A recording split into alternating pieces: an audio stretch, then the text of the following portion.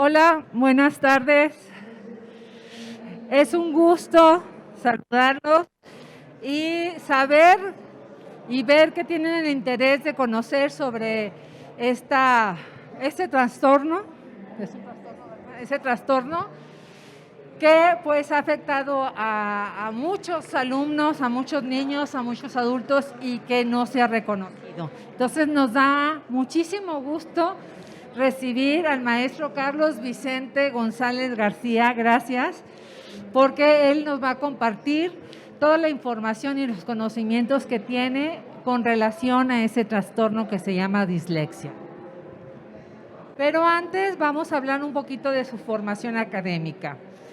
El maestro Carlos es egresado de la licenciatura en Psicología de la Universidad Nacional Autónoma de México, con estudios de posgrado en Ciencias del Lenguaje en la Escuela Nacional de Antropología e Historia. Cuenta con un diplomado en actualización pedagógica, maestría en investigación educativa en la Universidad de Guadalajara. Actualmente cursa el doctorado en educación en la Universidad de Guadalajara en la línea de generación y aplicación del conocimiento de procesos de enseñanza-aprendizaje. Ha colaborado en el Departamento de Neurociencias del Instituto de Fisiología Celular de la UNAM, trabajando modelos experimentales de la enfermedad de Parkinson. Ha participado en el Instituto Nacional de Rehabilitación en el área de patologías del lenguaje. Asimismo, estuvo colaborando en el Hospital General de la Ciudad de México en el área de audiología y foniatría del Departamento de Neurolingüística, docente con más de 10 años de experiencia en distintas universidades nacionales. Ha también cursado y participado como ponente en coloquios, simposios y conferencias a nivel nacional e internacional, así como talleristas en temas como adquisición y desarrollo del lenguaje, funciones ejecutivas, memoria de trabajo, trastornos del aprendizaje, dislexia, autismo, epilepsia, discapacidad intelectual, entre otros. Las tareas más recientes, actualmente dirige un centro de atención a las dificultades del desarrollo y es nuestro compañero y trabaja en un centro de atención múltiple. Muchísimas gracias, Carlos, por disponer más bien por acceder a disponer de tu tiempo, y te cedo el micrófono. Muchas gracias a todos.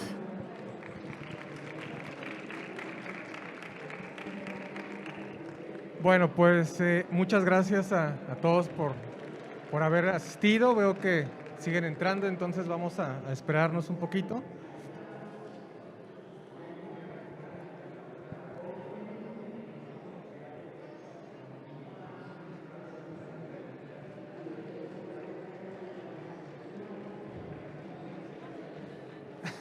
Pues,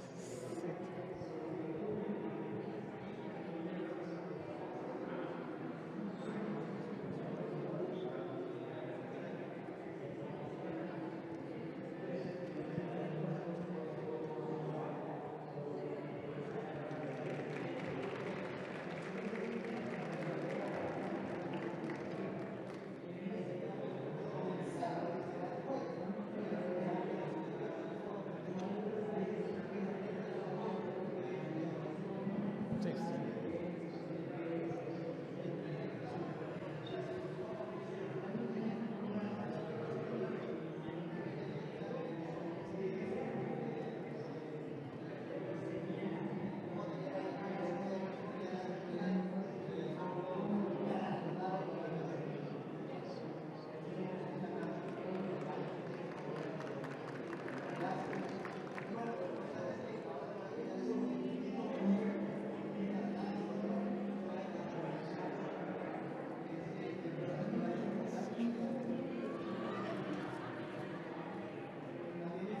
Mira, aquí hay una silla.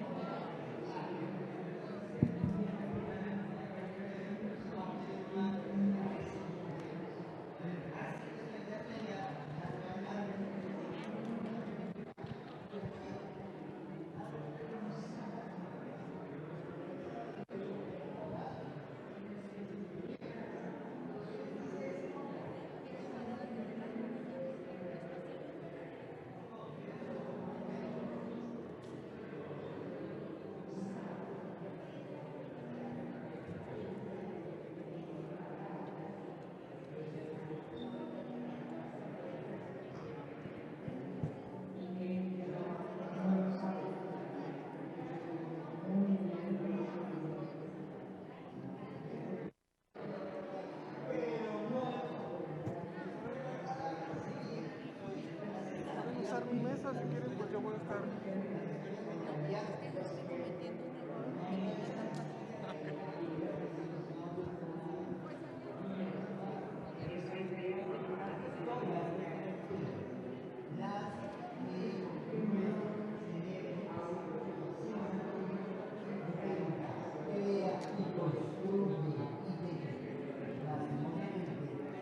Hola, buenas tardes.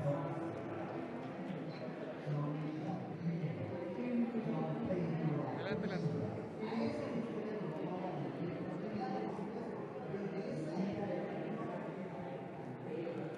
Ok, bueno, pues entonces ya parece que estamos todos y pues vamos a empezar. Primero, bueno, pues muchas gracias a todos por su asistencia. Vamos a empezar entonces este taller. La idea del taller es que ustedes se vayan con algunas ideas, con algunas estrategias que puedan estar aplicando tanto en los salones de clase como aquellos que están trabajando en algunos otros lugares, por ejemplo, como los CAM. Si no se escucha, me alzan la mano y hablo un poquito más fuerte. ¿Sí? Ok. Ok, muy bien. Ahí estamos. ¿Sí?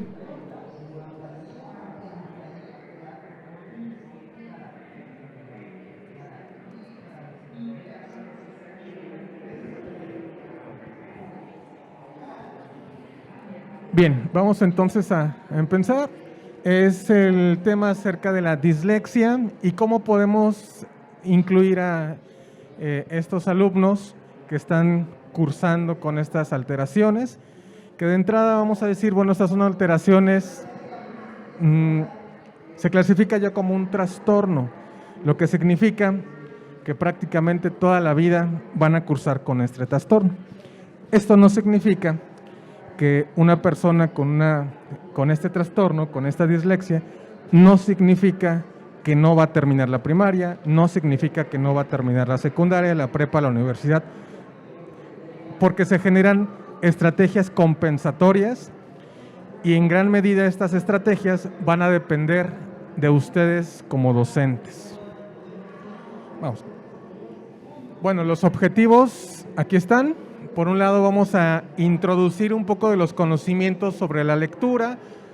Es necesario partir un poco de las unidades lingüísticas que van a comprometer a estos conceptos de la dislexia. Vamos a ir definiendo las principales características de la dislexia, qué es dislexia y qué no es dislexia. Vamos a presentar algunos elementos para evaluar el proceso lector. Vamos a identificar áreas y procesos cognitivos que subyacen a estas alteraciones. Vamos a explorar la asociación entre la lectura y un concepto que es la conciencia fonológica. Quizá ya algunos de ustedes están muy relacionados con este tema de la conciencia fonológica. Y finalmente vamos a estar haciendo un análisis. Vamos a analizar y encontrar estrategias para la inclusión de niños con dislexia. Primero vamos a empezar por esta parte de identificar qué es la lectura.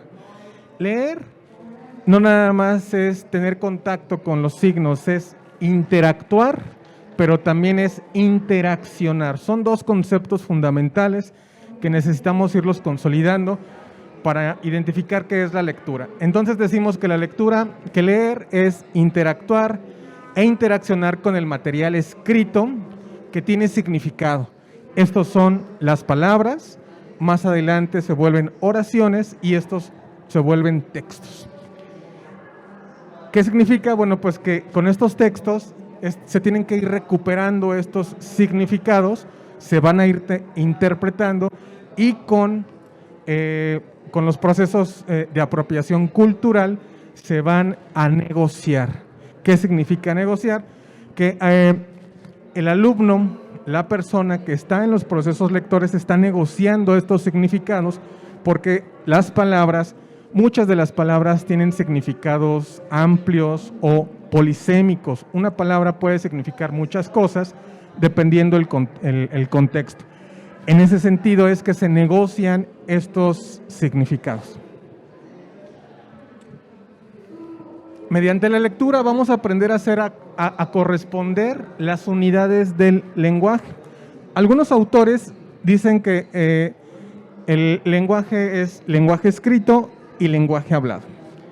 Los más radicales lingüistas dicen que no existe esta parte del lenguaje escrito, que solamente es un lenguaje hablado. Sin embargo, mediante la lectura vamos a hacer corresponder estas unidades del lenguaje hablado. El lenguaje hablado, como sabemos, surge de manera natural. Si dejamos a un niño sin que nosotros le estemos enseñando a hablar, va a aprender a hablar de manera natural por el mismo contacto que va teniendo con las mismas personas.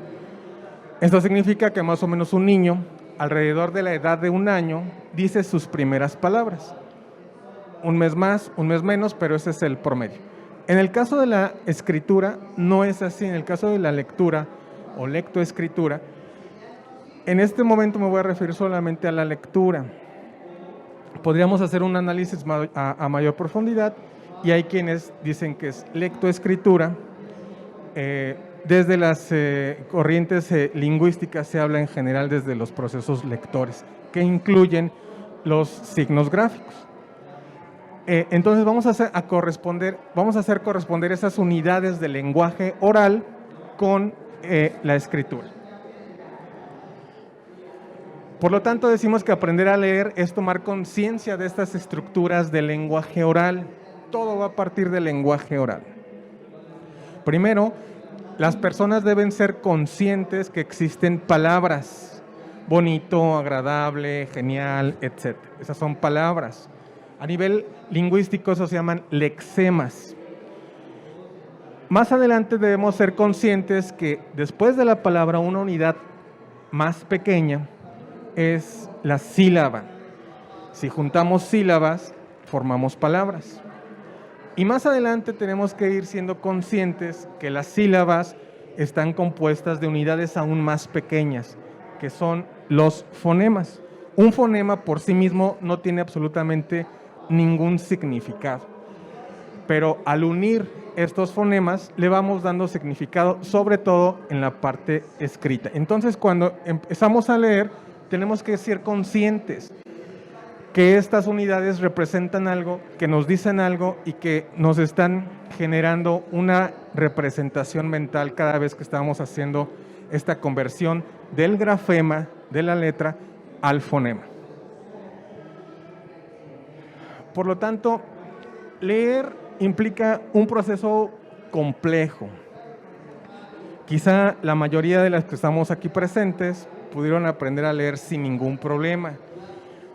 Y entonces cuando ven a un niño que se les está dificultando, quizá no logran captar realmente qué está pasando a profundidad con estos alumnos.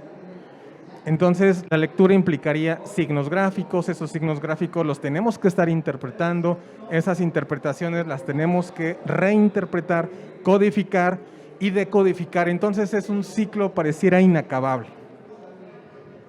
Sin embargo, la lectura realmente es una invención más o menos reciente, data aproximadamente de 5.400 años. Y en el caso nuestro que utilizamos el alfabeto es aún todavía más reciente, data de alrededor de 3.800 años. Entonces, si nos ponemos a hacer cuentas de la existencia de la raza humana, tiene muy poquito de existencia la lectura. Por lo tanto, nuestro cerebro se va a adaptar al aprendizaje de la lectura, pero no está naturalmente programado para eso. Tenemos un área del lenguaje, un área del cerebro que está ya programada para que nosotros podamos estar hablando. Por lo general, en el 85% de las personas se aloja en el hemisferio izquierdo, la parte del lenguaje oral, la parte del lenguaje hablado. De manera natural, les decía hace rato, ponemos a un niño y de manera natural va a aprender a hablar sin que le estemos dando tantas lecciones. Ponemos a un sujeto de 1, 2, 3, 4, 5 años de manera natural, no va a completar un proceso lector. Entonces, por eso es algo a que el cerebro se ha ido adaptando. Por lo tanto, es una invención cultural. ¿Las copias llegaron? Bueno, ahorita teníamos programado un ejercicio, sin embargo están pendientes ahorita unas copias que nos van a estar trayendo. Nos vamos a regresar en cuanto nos lo traigan. Bueno, a ver, una antes. Este es el ejercicio que vamos a estar haciendo, pero ahorita para que ustedes lo tengan de manera física, como hubo un excedente, yo no traje tantas copias para tantos, pero para que puedan participar todos, entonces, creo que, no han llegado. Bueno, para entender la lectura, tenemos que entender que nuestro sistema alfabético, les decía, tiene se habla de una transparencia o de opacidad, al menos en la ortografía. ¿Qué significa esto? Que nuestros sistemas de escritura alfabético pueden ser, digamos, oscuros, opacos, pueden ser irregulares, o bien puede ser el otro extremo, pueden ser regulares, casi transparentes. Aquí, por ejemplo, en el sistema irregular opaco, vemos que una letra, a nivel ortográfico, una letra, por ejemplo la A, tiene una relación equívoca, es decir, puede tener una relación en donde esta misma letra puede pronunciarse, puede decirse de dos formas o puede entenderse de dos formas cuando es escrito. Cuando el sistema alfabético es regular o es transparente, entonces hay una relación 1 a 1. La A la vamos a decir como una A cada vez que estemos leyendo. Una lengua que es un poco más opaca, más hacia el lado derecho, es por ejemplo el caso del inglés. Cuando nosotros vemos la letra A escrita en lengua inglesa, la podemos decir como A, como la palabra air, o la podemos decir simplemente como A, ¿no? Como la palabra o A, como la palabra play, ¿no? O airport, ¿no? O Apple. Cuando está escrita puede decirse de distintas formas de acuerdo al sistema de escritura. Es a lo mejor más complicada una escritura opaca. En cambio, en el caso del alfabeto nuestro, que es el español, hay una transparencia mayor. Es decir, la letra A siempre vamos a decir la A cada vez que estamos leyendo. Árbol, avión, o sea, jamás decimos avión, ¿no? La A va a ser una A porque nuestro sistema es más transparente. En cuanto a la transparencia y opacidad ortográfica en la lectura, en las diferentes lenguas, para que nos demos un poco de idea, hay una correspondencia de los grafemas de estas letras con los fonemas, es decir, entonces habrá una relación fonología-ortografía. En ese sentido, cuando hablamos de la transparencia, decíamos de este lado está lo transparente y aquel lado está la parte más opaca. Vemos, por ejemplo, el caso del español, que es una lengua más orientada hacia la transparencia. Es decir, si nosotros estamos leyendo en español, podemos leer absolutamente cualquier cosa en español. ¿Dónde las pudieron sacar? Debió haberse programado antes. Ya tienen todo su hoja blanca. Eso sí, lo que pediste. Bueno, entonces, con esta transparencia, nuestro español, podemos leer cualquier español independientemente del español en el que se esté hablando. El de España, el de Cartagena, el de Buenos Aires, el de Guadalajara, cualquier español a nivel lectura va a ser exactamente el mismo. En cambio, hay lenguas un poco más opacas, es más difícil decir, estar leyendo, una palabra, por ejemplo, en alemán. Cuando estamos encontrándonos una palabra en alemán, por ejemplo, tal vez la letra W para el español, que en el caso del alemán no es W, el caso de la W no se pronuncia como nosotros creemos que se podría pronunciar cuando la estamos leyendo. Si nosotros vemos W y una A, inmediatamente desde el español pensaríamos que es gua, como si le agregáramos una U. ¿De dónde surge esta U? En el caso del alemán, por ejemplo, al ser una lengua más opaca, no es gua, sino es ba, ¿no? O sea, es una bu, es como un sonido plosivo bilabial, ba, como Wagner, ¿no? Y que se escribe Wagner. Esto es muy opaco, esa es una lengua muy opaca. Les voy a tratar de, vamos a hacer un ejercicio porque no llegaron las copias. Vamos a ver quiénes pueden alcanzar y si no, a ver si se alcanza a ver desde los monitores. ¿Nos podemos regresar? Otra, ahí. ¿Se puede ampliar?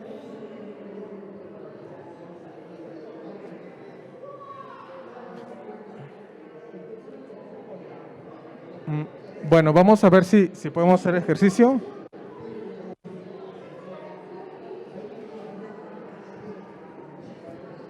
Voy a repartir unas hojas por acá. Una, si quieres. Una por mí. Sí, sí. Ok, vamos pues a ver si los de acá se pueden acercar un poquito para alcanzar a ver la idea. La idea de esto es, hay unas instrucciones que vienen abajo. Para poder encontrar, para poder descifrar lo que estamos viendo. Muy bien, a unos les están sacando foto, entonces puede ser una buena estrategia, les sacan foto y ya lo tienen en sus dispositivos.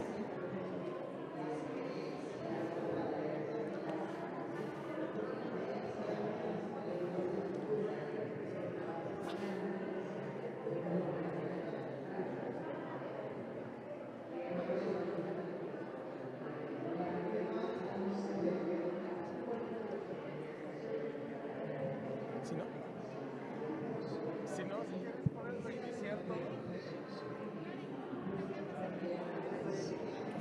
Un poquito más alto para que, porque creo que atrás no se Está bien.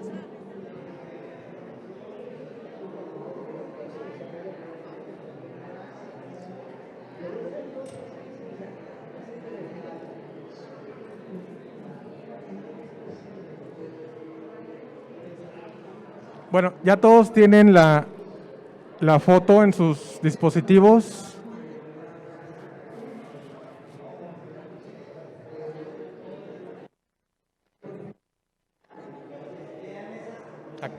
¿Aquí ya? No.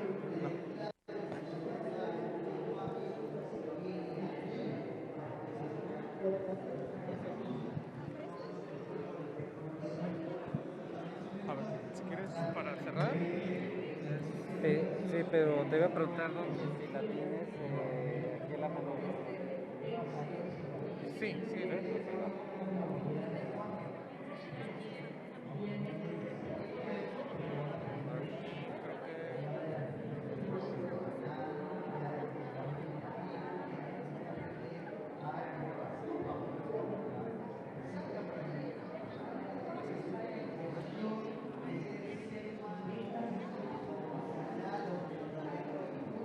¿Ya las tienen entonces?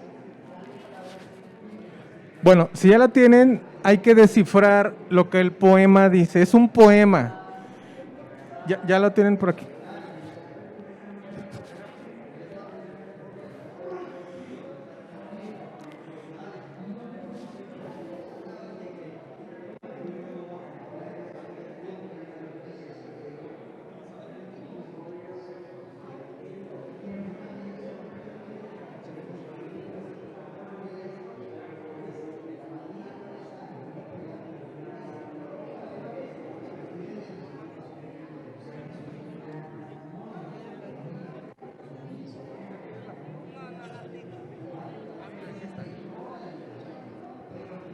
¿Dejas que saque tantito una foto? Mira, para que si quieres le puedes sacar foto.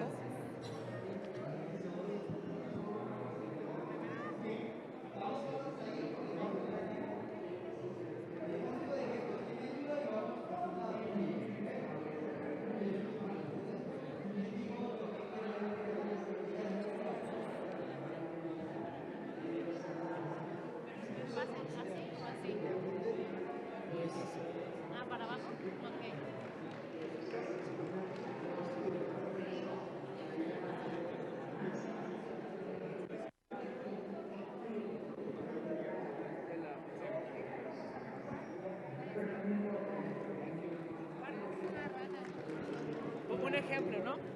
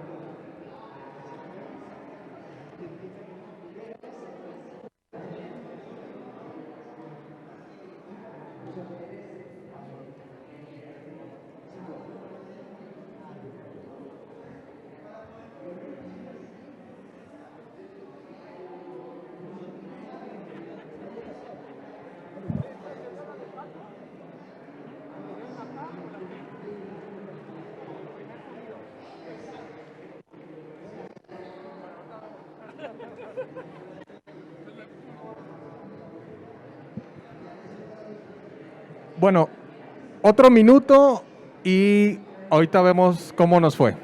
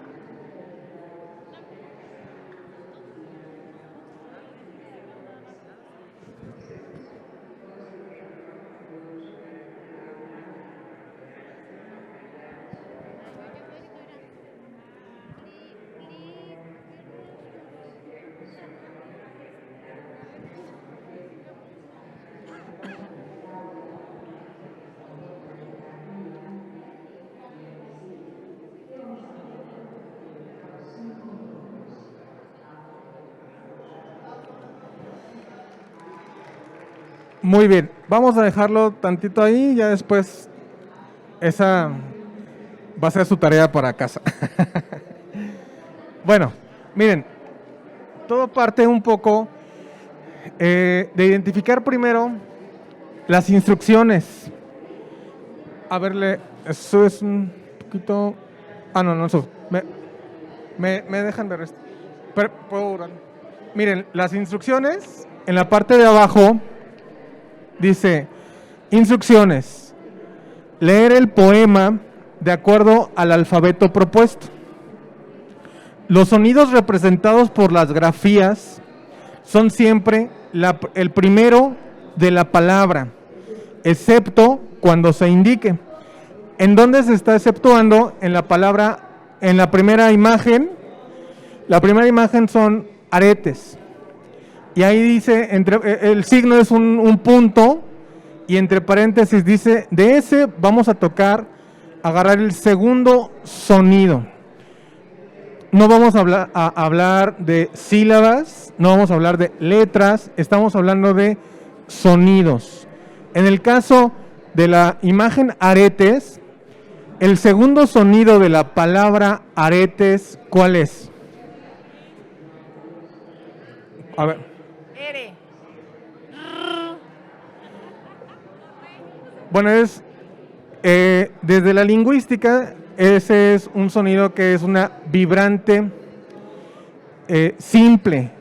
Cuando hablamos de doble R, hablamos de vibrante múltiple.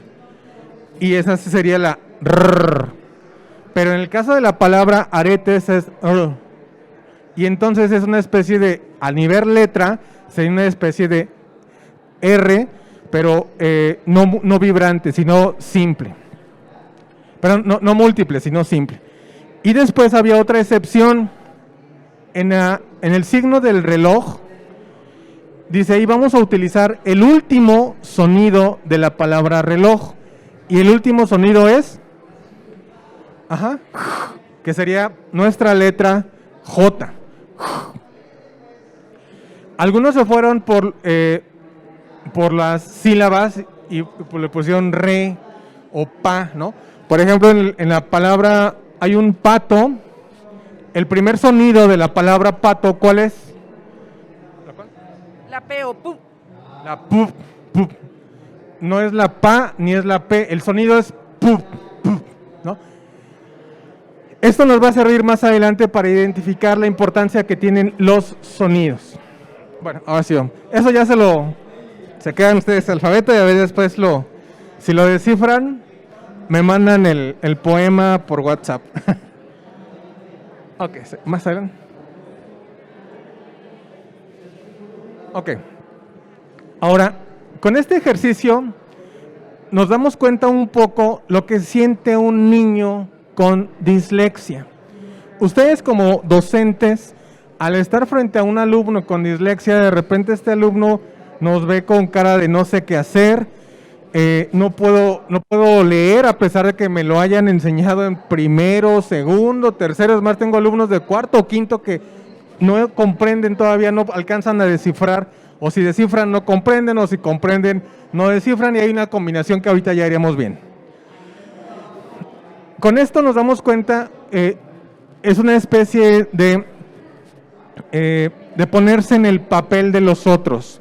Hay un concepto que viene arraigado desde la psicología que se llama la teoría de la mente. Esto significa ponerse en el papel del otro, pensar como el otro podría estar pensando, sentir lo que el otro estaría sintiendo.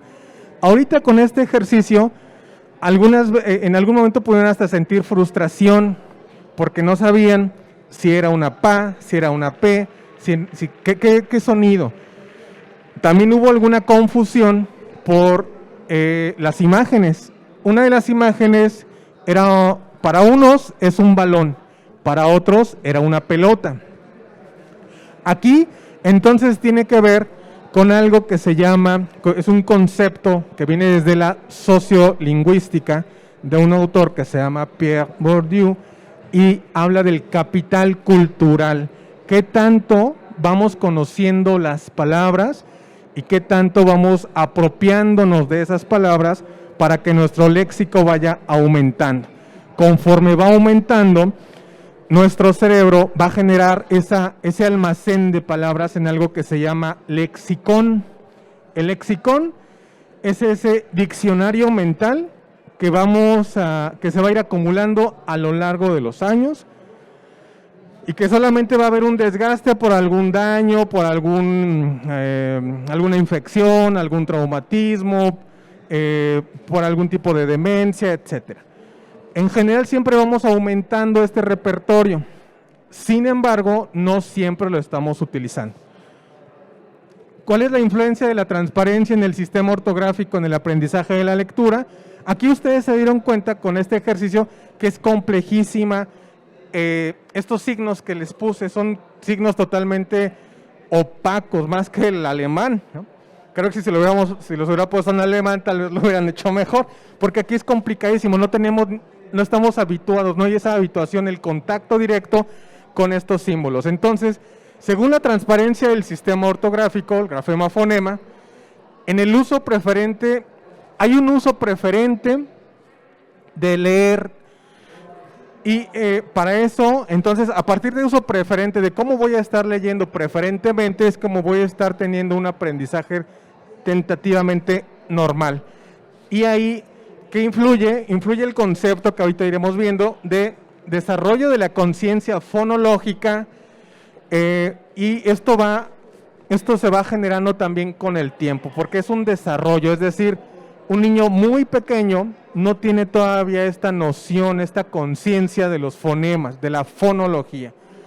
Y por otro es la manifestación de los problemas del aprendizaje de la lectura, va a depender de la severidad, y esta severidad también tiene que ver mucho con cómo están leyendo, qué tan precisos están leyendo y además qué tan lentos están leyendo. Hay alumnos que pueden estar haciendo la correcta decodificación de cada una de las letras mientras están leyendo en voz alta frente a sus compañeros, pero leen muy lento. Ahorita iremos viendo cuánto es lo que tiene que estar leyendo un niño de acuerdo al grado.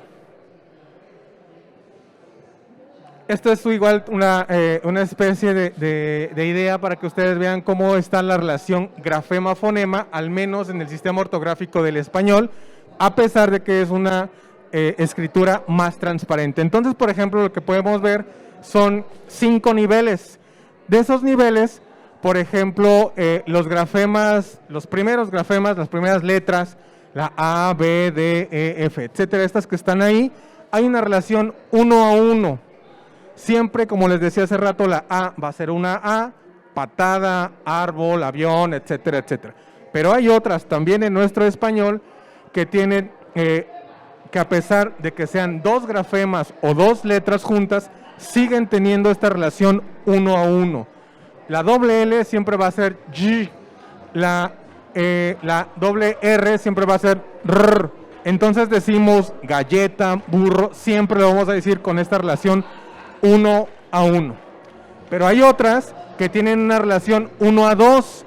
Esto significa, por ejemplo, como la Y, que para algunos puede también ser la Y, de acuerdo a cómo se haya enseñado. ¿No se escucha? Bueno, no. Bueno, pues nos ponemos a bailar.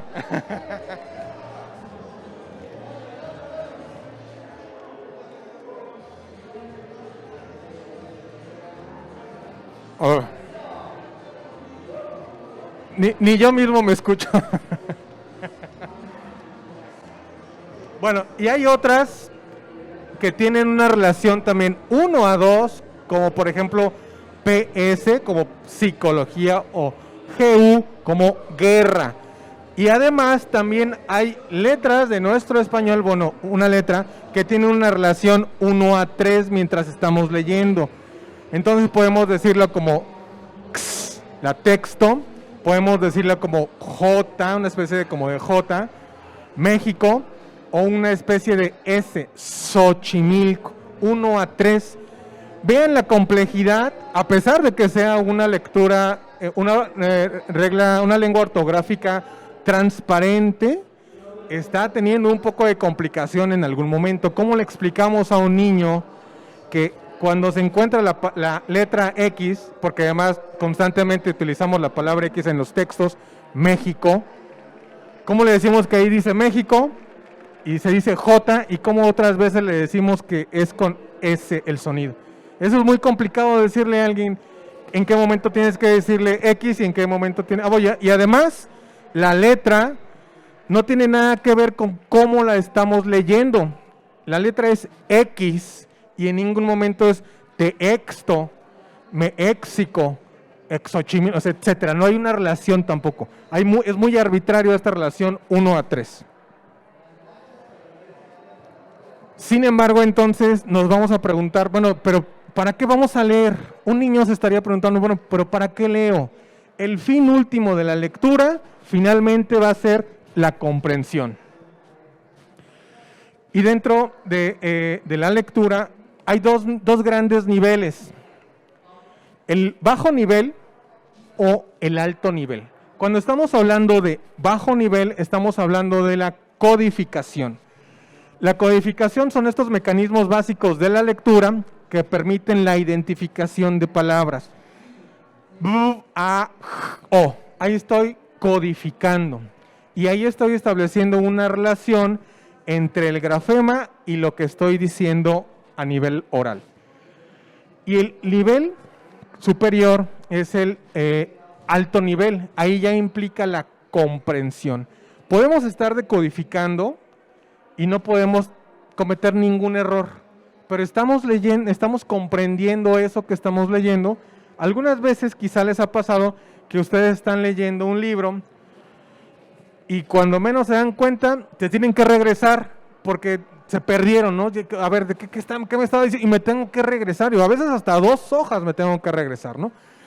Entonces, esto implica el uso del conocimiento previo, todos los conocimientos lingüísticos previos y conceptuales. Aquí ya implica conocer más cosas, conocer las palabras, los significados, para después, ahora sí, ir interpretando los textos y establecer con esto hipótesis, porque cada vez que vamos leyendo, vamos teniendo una representación mental de lo que puede suceder o no.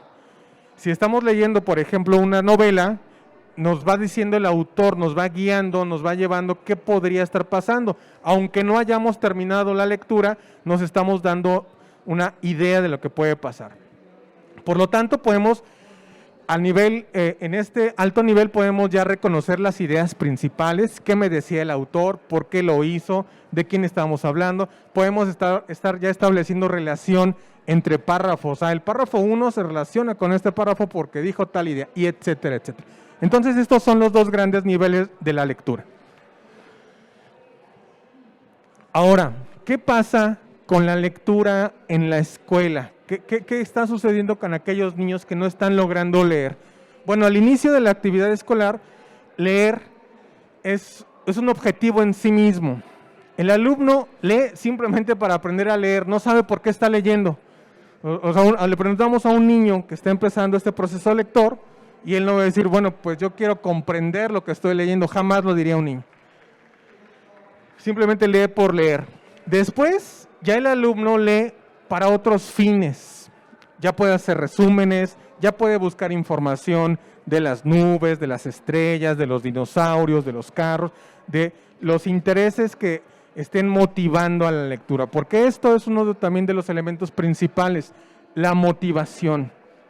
Si nosotros le damos una lectura que no es motivante al alumno, no le va a interesar. Y entonces algo que no nos interesa, no vamos a seguir haciéndolo.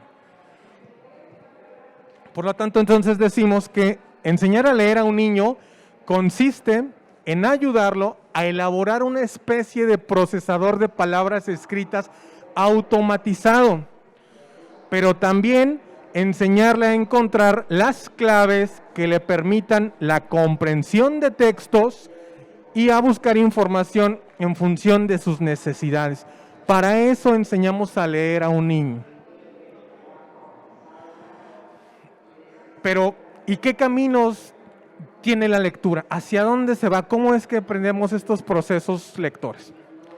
Bueno, hay 2 vías, hay 2 caminos para el reconocimiento de las palabras. El primero se llama ensamble fonológico y el segundo es el acceso directo al significado.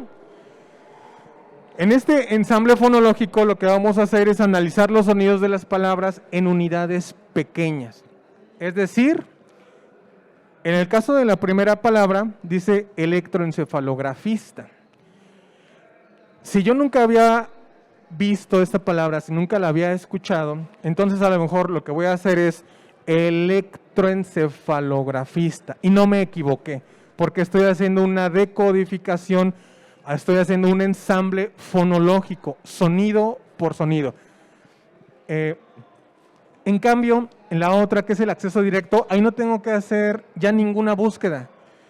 Actualmente, estos niños post pandemia aprendieron a utilizar en gran parte las tecnologías y muchas de ellas los sistemas de entretenimiento. Entonces, vemos la palabra Netflix y automáticamente la tenemos, ¿no?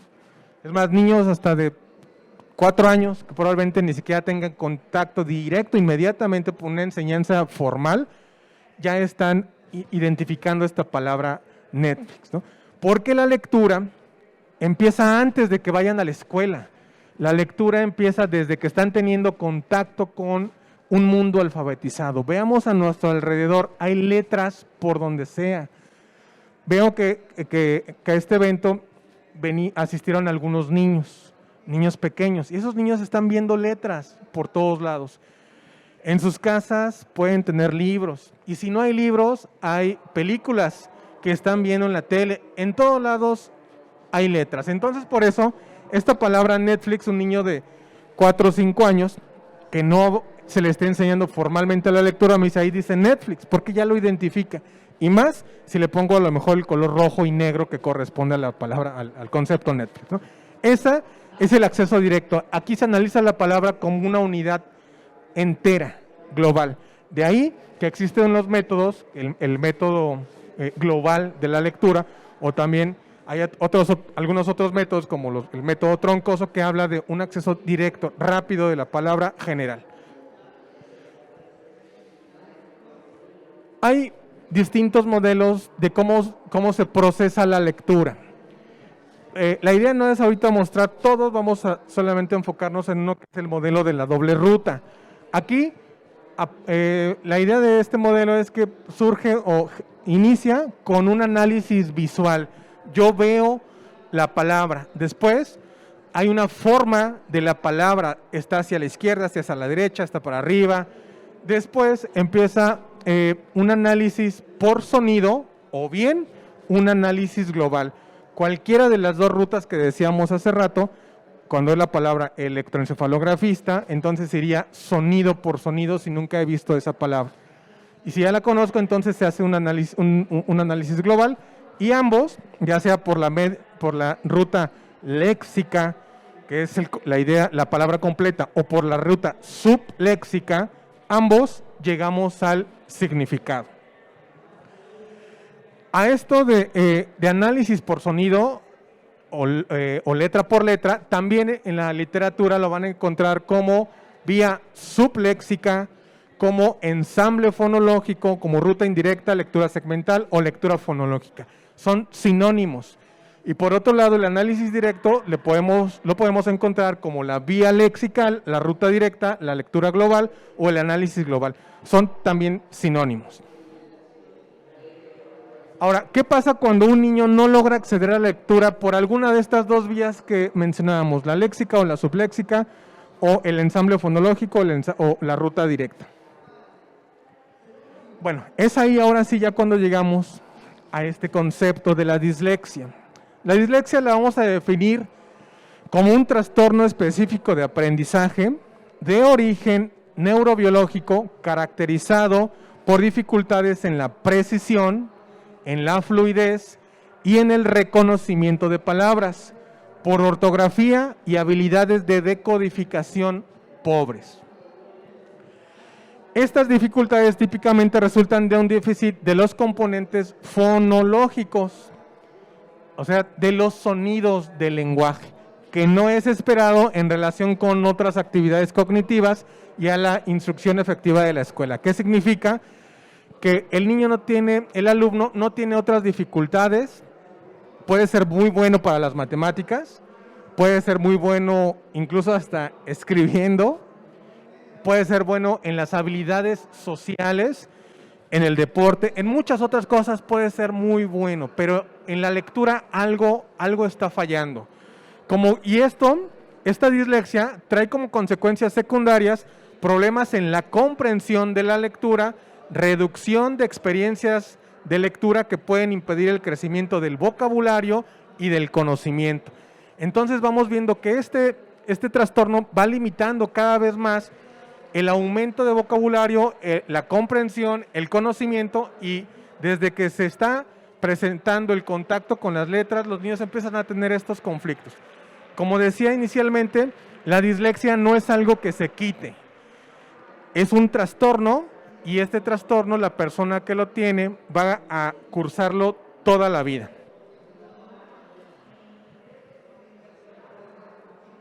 Entonces tenemos otras definiciones, decimos que es un trastorno del aprendizaje cuyo origen es neurobiológico, nuevamente de acuerdo a distintos autores.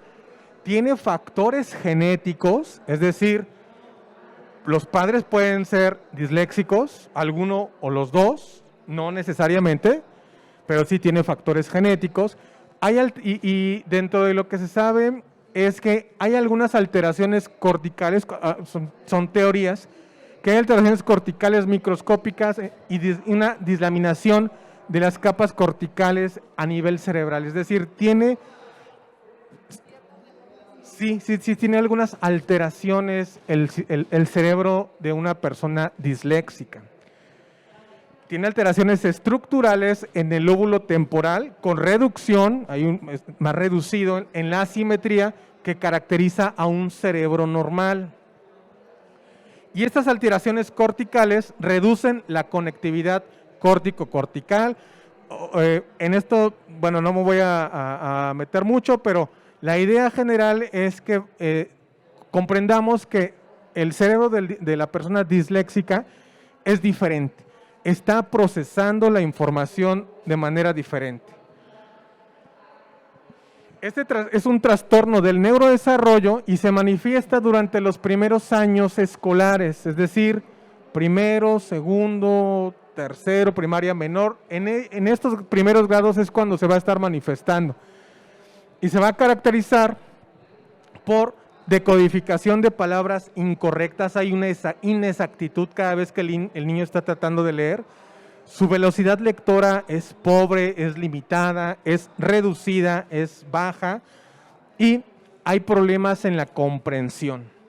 Todas estas dificultades, esto es importante, no se van a explicar por alguna dificultad cognitiva. Es decir, se hacen evaluaciones de la capacidad intelectual del alumno y el alumno sale dentro de los parámetros promedio. Su inteligencia es promedio como cualquiera otro de sus compañeros de grado. No hay un problema cognitivo, pero subyacen dificultades para aprender, ¿no? De acuerdo a la Asociación Americana de Psiquiatría, las limitaciones en el aprendizaje escolar de niños tiene la categoría nosológica del trastorno específico de aprendizaje de la lectura. Y en él se van a agrupar distintas dificultades de aprendizaje, de aptitudes académicas para la lectura, para la expresión escrita o para las matemáticas. Sin embargo, se tiene que estar especificando qué tipo de dificultad de aprendizaje está presentando el alumno.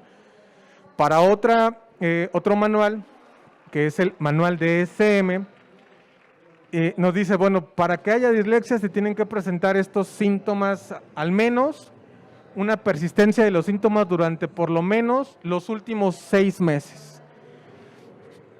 Si el alumno a lo mejor hace 3 años no comprendía y hoy ya lee bien, comprende bien, lee bien, muy rápido y todo, quizá nunca fue dislexia, solamente fue una dificultad lectora por alguna mala apropiación, por alguna mala pedagogía, por alguna mala didáctica, porque no estuvo escolarizado muchos años, por muchos otros factores, pero no puede decir que antes comprendía todo y ahora ya no, o viceversa. Debe haber cursado al menos los últimos 6 meses, su desempeño debe estar debajo por lo esperado para la edad cronológica, el inicio de las dificultades debe coincidir con la edad escolar, no podemos decir, bueno, yo tengo dislexia y apenas estando en la secundaria me dijeron que tengo dislexia y creo que a partir de ahorita tengo dislexia. No. Y se descarta la presencia de otras deficiencias cognitivas. Es decir, si tenemos a un alumno con algún tipo de discapacidad intelectual, lógicamente le va a costar mucho trabajo leer, pero eso no es dislexia. Esta es una dificultad de la lectura como consecuencia de esta discapacidad intelectual, pero eso no es dislexia.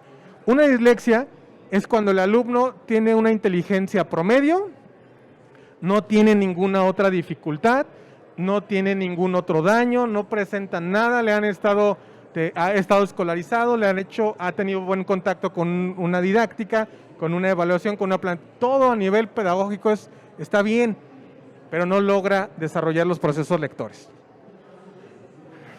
Existe una prevalencia, aquí esto es importante, existe una prevalencia entre el 5 y el 10% de alumnos que están presentando estas dificultades, es decir, es alto. En un grupo de 30 o 40 alumnos vamos a encontrar al menos son 2 alumnos que están presentando estas dificultades. Sin embargo, al al ser los alumnos inteligentes promedio, se compensa y se enmascara un poco esta parte, ¿no? O sea, no nos damos cuenta. A veces estamos frente a un alumno que tiene dislexia y no lo notamos. Sí. No lo notamos porque entonces tiene otras características compensatorias. Por ejemplo, si está leyendo, a lo mejor ya de reojo ya le copió a su compañero y puso la respuesta correcta y nosotros ni nos dimos cuenta.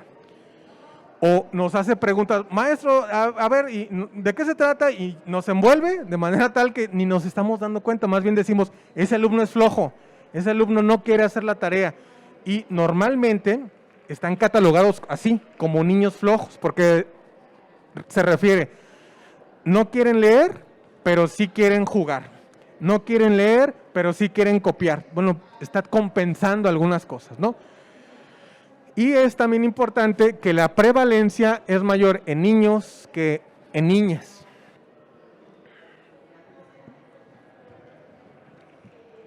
Ahora, se va a concebir a la dislexia, decíamos, como un trastorno del neurodesarrollo. Veíamos que hay alteraciones desde que se está formando el cerebro, que se va a caracterizar básicamente por dificultades en el procesamiento fonológico. Y existe un sistema universal de base neurocognitiva independientemente del sistema ortográfico en el que se encuentre. Esto significa que en todas las lenguas del mundo hay dislexia.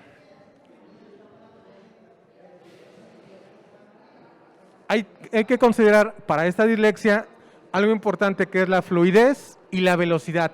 Los buenos lectores van a estar leyendo rápido. Tienen una buena entonación, hay una buena velocidad. En el caso, por ejemplo, de esta fluidez o velocidad, la obstrucción de esta habilidad va a estar afectando la comprensión lectora.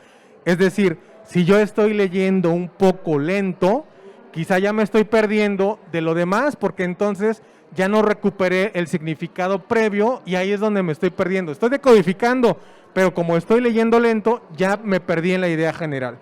La velocidad de lectura se mide con el número de palabras leídas correctamente en un minuto. La velocidad de lectura debe incluirse en una evaluación de lectura. Es importante esta parte. Y en esto tenemos que considerar lo siguiente. Más o menos para primer grado deberían estar leyendo alrededor de 35 a 39 palabras, más o menos 59 palabras por minuto. La palabra puede ser a, puede ser le, son palabras, no importa la longitud de la palabra. Un niño de cuarto grado debería estar leyendo en promedio alrededor de 100 a 114 palabras por minuto. Solamente es velocidad, efectivamente. Ahorita no estamos hablando de comprensión. ¿Qué tanto está leyendo? Porque solamente nos estamos basando ahorita en cómo está. Estamos hablando de la decodificación y de la fluidez. Y en esto, entonces, entramos a un concepto importante que decíamos, que es la conciencia fonológica. Uno de los grandes retos a los que se enfrenta un niño cuando se inicia en estos procesos de aprendizaje de la lengua escrita es llegar a comprender esta relación que existe entre esos signos que ustedes tienen ahí en este ejercicio y los sonidos del habla. Cuando ustedes logren descifrar ese poema, entonces se van a dar cuenta esto que están viviendo los niños, ¿no?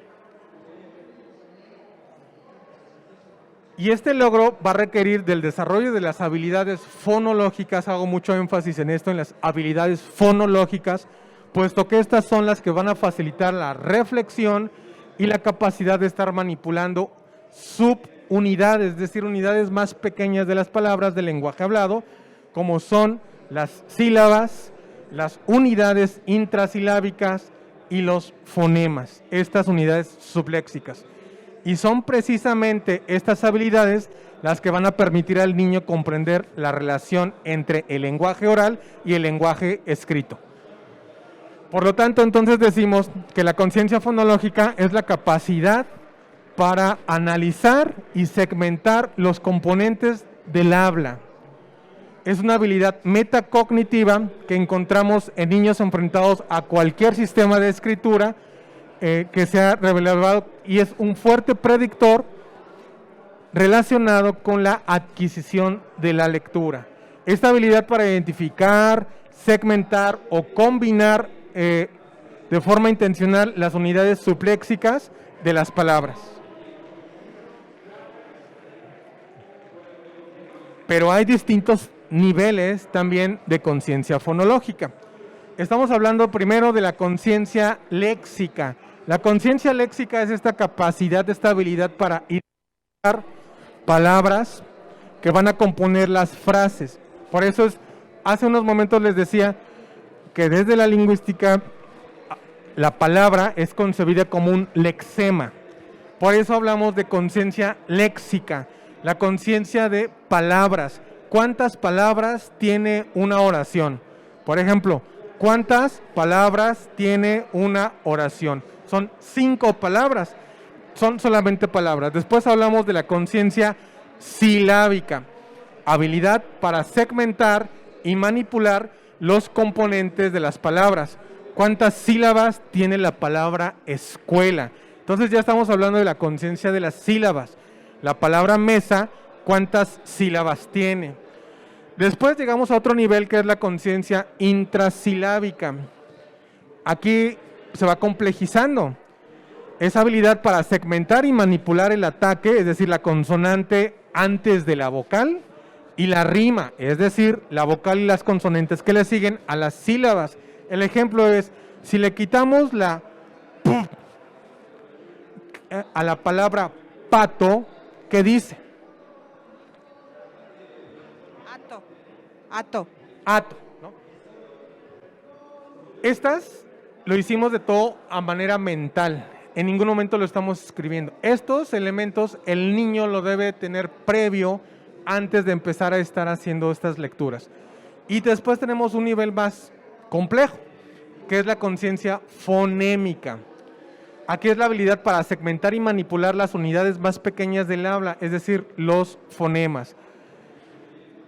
Por ejemplo, a la palabra desoxirribonucleico, mentalmente, si le quitamos el sexto sonido y lo cambiamos por una k, ¿qué dice?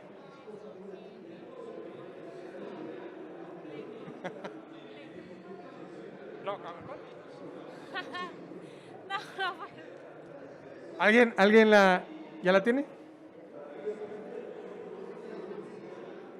¿Cuál?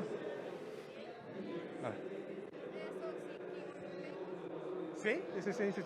Es difícil. ¿Cuál es el sexto sonido de desoxirribonucleico? No. ¿No? A ver, ¿quién la tiene? Du, x, o, x, i, ¿no? Ri. O sea, son sonidos, ¿no?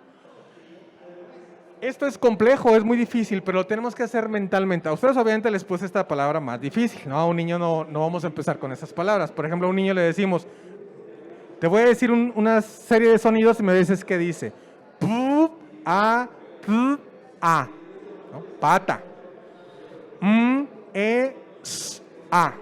Mesa, ¿no? Y así vamos jugando con los sonidos porque es conciencia fonémica.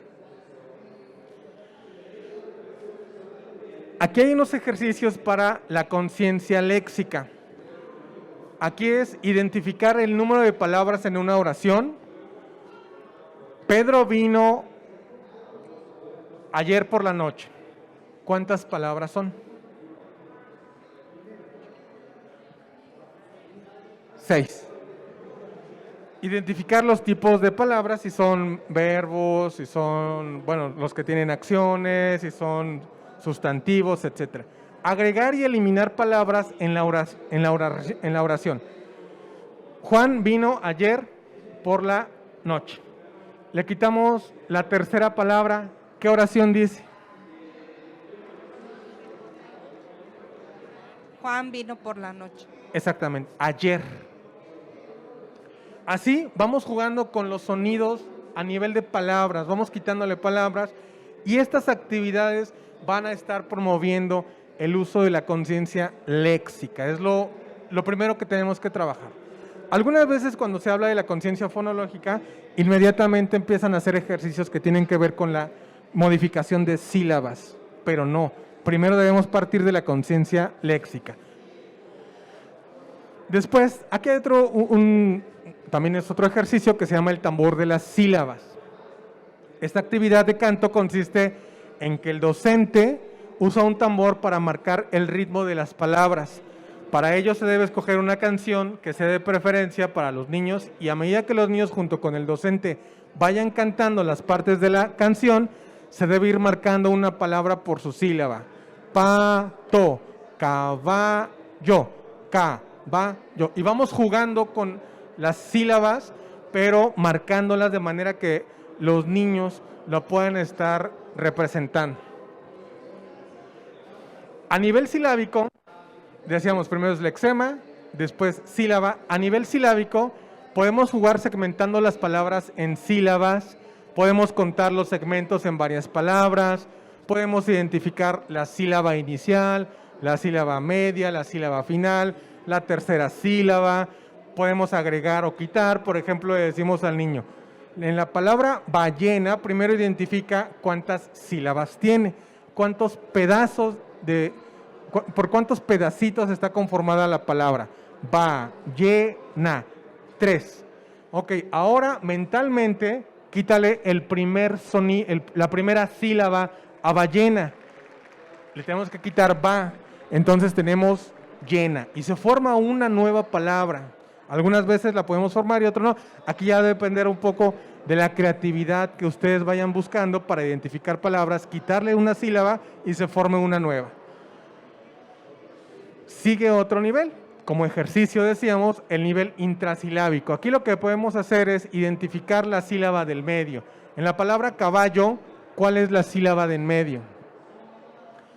Formar una palabra que inicie con la sílaba identificada. Identificar la consonante previa al núcleo silábico.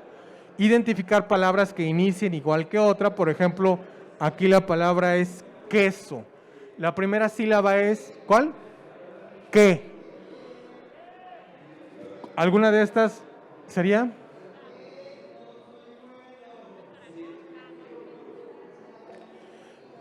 Ahora, ninguna empieza con la sílaba que. Esta es hue, so, ca, man y ca. Pero no hay una que inicie con la sílaba que. Pero sí podemos decir, a ver, ¿cuál rima con la palabra queso? So, hueso, ¿no? Y a nivel fonémico, entonces podemos identificar el número de sonidos que corresponden a las letras, los fonemas. Identificar el fonema inicial, agregar o quitar fonemas del medio, del inicio, del fin, eliminar fonemas, sonidos, cambiar fonemas por uno, por otro. Por ejemplo, en esto es, la palabra inicial es casa. Casa termina con el sonido A. De ahí tendríamos que formar otra palabra, árbol, termina con el sonido L. De ahí empezamos con otra palabra que es lápiz, termina con el sonido S. Sonidos.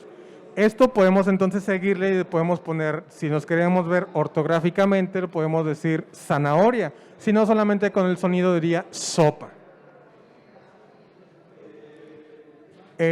Bueno, esta era una actividad que más o menos teníamos pensado, pero no sabía cómo iba a estar la dinámica de tanto ruido. Aquí la idea es que se pudiera haber jugado a la cadena se llama la cadena invisible. Uno dice una palabra y el otro continúa la palabra, sigue una palabra a partir del último sonido, como el ejercicio que venía hace rato, ¿no? Palabra casa termina con A y la siguiente persona tiene que decir una palabra que empiece con A y con la que termine, la siguiente la va formando y así sucesivamente. Esta es otra actividad que se llama las letras locas. Para esta actividad se debe escoger una canción muy conocida y la podemos ir cambiando por un solo fonema, por un solo sonido. Por ejemplo, esta es la de las mañanitas, y entonces en lugar de decir estas, cantamos festas. Festas, fonfas, fañanitas, fefanta, y así, ¿no? Nos podemos continuar con una canción que sea común a todos, que todos la identifiquen, y así podamos hacer a nivel de conciencia de sonidos. Ahora, les decía hace rato que hay algunas estructuras del cerebro implicadas en cómo se procesa la información. El principal cambio impuesto por la lectura, cuando estamos hablando de, decíamos inicialmente que la lectura es una invención cultural. De manera natural la persona no va a aprender a leer, necesita de alguien que lo apoye. Ese alguien puede ser formal o informal. Hoy en día hablamos de aprendizajes informales y podemos incluso aprender, por ahí creo que hubo una noticia de una persona que se graduó de medicina solamente viendo puros tutoriales. Entonces, sí hay aprendizaje formal e informal. Pero el principal cambio impuesto por la lectura se va a situar en el hemisferio izquierdo, en una región muy específica de la corteza que se denomina el área de la forma visual o caja de letras del cerebro. Así como les decía inicialmente que existe una parte del cerebro que va teniendo nuestro diccionario, que es el lexicón, en el caso de la lectura se va generando también una caja de letras. Ahí se van almacenando todos estos procesos y concentra todos nuestros conocimientos visuales acerca de las letras. Cuando vemos una palabra, la reconocemos a un automático conforme la hemos visto constantemente y ya no tenemos que volver a hacer la ruta que les decía subléxica, sonido por sonido, letra por letra, sino la leemos en automático. Conforme vemos más palabras, el cerebro se apropia de esta imagen visual y cuando ve la palabra la lee rápido. Y a medida que se presenta una serie de letras, la respuesta de esta región del cerebro se va incrementando y lo hace en proporción directa con las habilidades lectoras. Va habiendo cambios a nivel estructural del cerebro. Estas son las áreas más o menos que se encargan para el acto lector. No nos vamos a detener, pero bueno, son pues un acto motor, es un acto auditivo, necesitamos escuchar la palabra, necesitamos tener la representación visual que se da en las áreas más posteriores del cerebro, las áreas occipitales, etc. La corteza visual es más definida, estos son cambios que surgen en las personas lectoras, en las personas que están alfabetizadas. Esta región de la caja de letras está más especializada en reconocer letras y palabras escritas y las va a enviar hacia las áreas del lenguaje hablado. Decíamos, el 85% de las personas están en la parte izquierda del cerebro, en el área parietotemporo-occipital. Hay una región importante que es el planum temporale. Este representa con mayor grado el refinamiento de los fonemas. Por eso cada vez que hacemos este tipo de actividades, el cerebro se va entrenando de manera que todas estas actividades van propiciando una mejor lectura. Si identifico a un alumno que tiene dificultades para leer, lee un poco lento y a lo mejor no está comprendiendo y quizá ya está identificado como dislexia, ¿cómo puedo evaluarlo? Definitivamente no lo voy a poder evaluar con una lectura. Lo pongo a leer porque ahí vienen las instrucciones del examen y no lo va a hacer. O copia, o lo deja en blanco, o hace un dibujo, o hace cualquier otra cosa, pero no va a estar respondiendo el examen. ¿Qué hacemos ahí? Ya sabemos que es a un chico que le cuesta trabajo leer, comprender, decodificar, pero lo tenemos que evaluar. ¿Cómo lo evaluamos?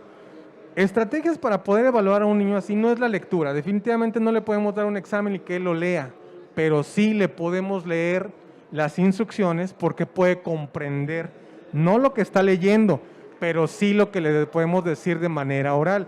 Le decimos al niño, oye, ve a la cooperativa y trae tales cosas, lo puede hacer, ¿no? Comprende las cosas. Pero si le decimos esa misma instrucción a nivel lectura, lógicamente no lo va a estar haciendo. Entonces, en los exámenes, ¿por qué tenemos que estar evaluándolos así? No tendría sentido. Y la estrategia es leer el examen, nos sentamos, le leemos, porque si no, entonces el niño no va a estar recuperando la información. Y con esto sería una evaluación más justa para poder identificar realmente si se ha apropiado o no de los conocimientos previos de la clase.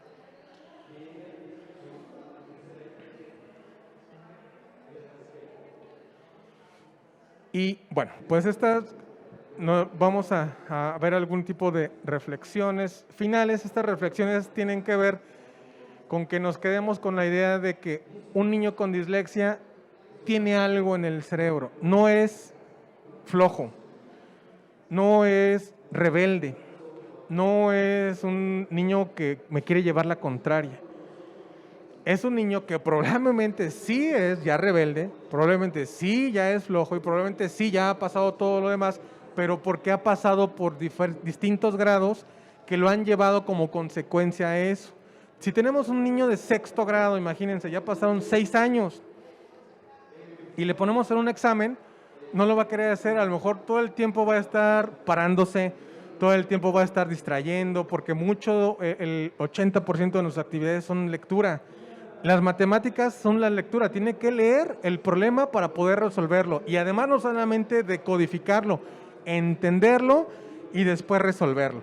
Si el niño no puede leer, ¿qué va a hacer un alumno así? No es un alumno que tiene un daño neurológico, entonces no se va a quedar quieto todo el tiempo. Va a molestar probablemente a sus amigos, va a pararse, va a estar hablando, va a querer estar interrumpiendo, va a estar haciendo muchas otras cosas porque no puede leer. ¿Qué tendríamos que hacer con él? Entender que él de entrada no es un niño flojo, sino es un alumno que está cursando, está presentando dificultades que son complejísimas para él y que no las puede resolver por sí mismo. Le podemos dar algunas ayudas dentro de la clase, como estas actividades que veíamos. Poder hacer mientras estamos en la clase, y para no quedarnos tiempo dedicado exclusivamente a él, porque si le dedicamos tiempo a él, se nos va todo el grupo, podemos hacer una actividad como la que hicimos ahorita. Fue una actividad general y todos estuvieron participando. Estas actividades, por ejemplo, de la conciencia léxica, la conciencia fonémica, etcétera, etcétera, podrían estar promoviendo que los niños se puedan estar incluyendo como actividades que son propias del grado escolar, que son propias del grupo, que no lo estamos excluyendo.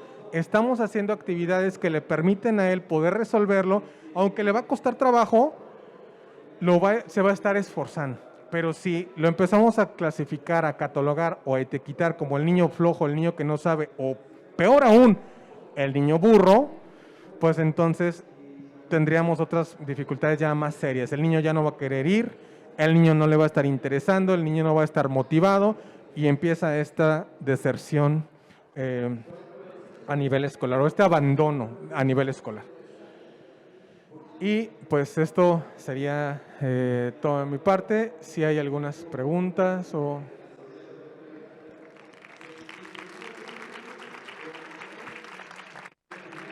Si alcanzamos unas...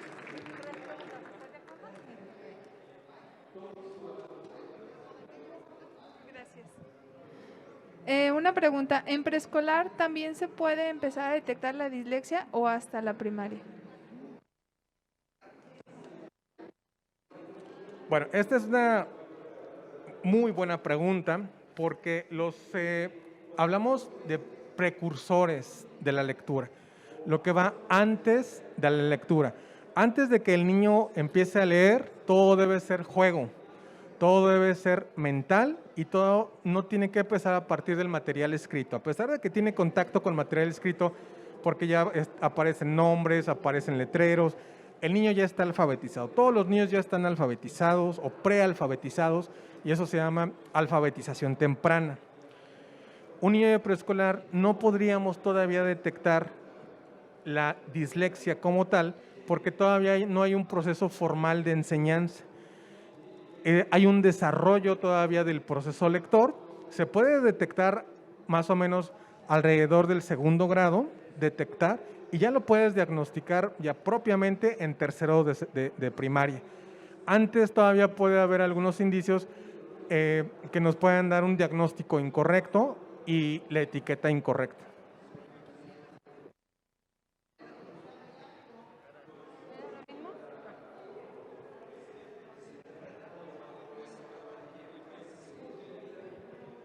Buenas tardes. Una vez que nosotros como docentes titulares identificamos que nuestro alumno tiene una problemática de dislexia, ¿hacia dónde tenemos que canalizarlo? Nosotros podemos trabajar con él con las diferentes actividades que usted ya nos presentó, o se debe primero canalizar con algún especialista, o podemos actuar de forma inmediata nosotros. Muy bien, también una excelente reflexión como docente. ¿Qué hago? Ya vi que es lento, hay una lectura lenta, le cuesta trabajo tal vez decodificar, le cuesta trabajo comprender, probablemente se presentan todos o la combinación de algunos y puede ser un niño que pueda estar presentando riesgo de problemas de lectura. Yo como docente, ¿qué hago? Puedo hacer algunas actividades, pero propiamente mi labor no es la identificación o el diagnóstico. Puedo apoyarlo con algunas actividades, recomendarle a la mamá o al papá o a los tutores que estén haciendo este tipo de actividades que nosotros les propusimos en clase, porque además son actividades cortas. No podemos tampoco hacer este tipo de actividades todo el momento porque descuidamos todo este plan y programa que tenemos previo a nuestra secuencia didáctica.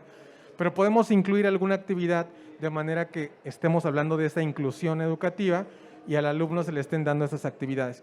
Pero realmente lo que un alumno requeriría es la atención de un especialista, porque de lo contrario a lo mejor sus avances van a ser lentos, la familia se va a desesperar, el mismo alumno se va a desesperar y por supuesto nosotros como docentes probablemente vamos a tener que estar cambiando constantemente las estrategias, pero lo más recomendable sí es que lleve una atención de un especialista. ¿Alguna otra pregunta? No, bueno, yo, ¿allá? No puede estar en el pasillo, maestro, tiene que recorrerse. Buenas tardes. Más que pregunta es una reflexión. Yo soy psicóloga y trabajo en escuelas primarias en el área de USAER. Y esta última pregunta que comenta el maestro es muy importante porque a veces esperamos un diagnóstico, esperamos tener qué tiene el niño y parece que no podemos hacer nada hasta que nos digan qué sucede. Pero de algún modo sí es importante canalizar y que se dirija con un especialista, pero no quedarnos cruzados de brazos. Nosotros con las herramientas que tenemos, ustedes como docentes, pueden identificar esa zona de desarrollo próximo, es decir, hasta qué nivel puede leer, escribir el alumno que tenemos y cómo podemos ir darle ayudas con las estrategias que comenta. Sí es importante tener el diagnóstico, la identificación, pero a la par ir trabajando con nuestro alumno para que no se quede atrás. Ese era mi comentario.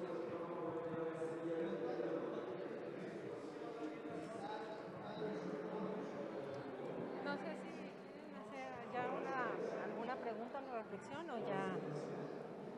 ¿Alguien más? ¿No? Bueno. Bueno, mi duda está, ahorita te iba a preguntar que a qué edad y dices que hasta tercer grado, pero me imagino que los niños ya en primero, en segundo empiezan a presentar algunas características muy puntuales.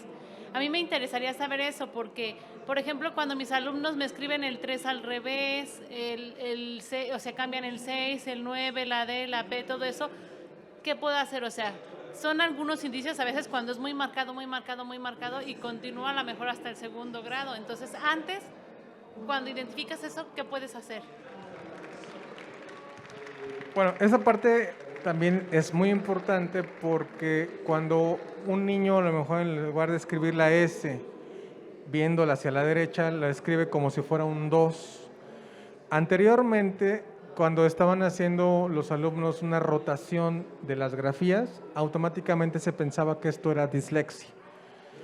Hoy en día se sabe que no va por ahí la dislexia. Este es un proceso de desarrollo y si está en segundo, primero, segundo o hasta tercero probablemente y está cometiendo estos errores, habría que irlos identificando y ver si se están corrigiendo o no. Porque recordemos, la dislexia no es un problema visual, el niño ve bien, no es un problema que esté corrigiéndolo. Entonces, si nosotros le ponemos a hacer planas para que esa letra la esté corrigiendo, no es dislexia. La dislexia es una dificultad en el procesamiento fonológico. La idea es que él vaya comprendiendo a nivel de sonido del lenguaje oral cuáles son estos sonidos que componen al lenguaje oral, las palabras, las sílabas y los fonemas. Una vez identificado esto bien, ahora sí nos metemos ya a la parte escrita.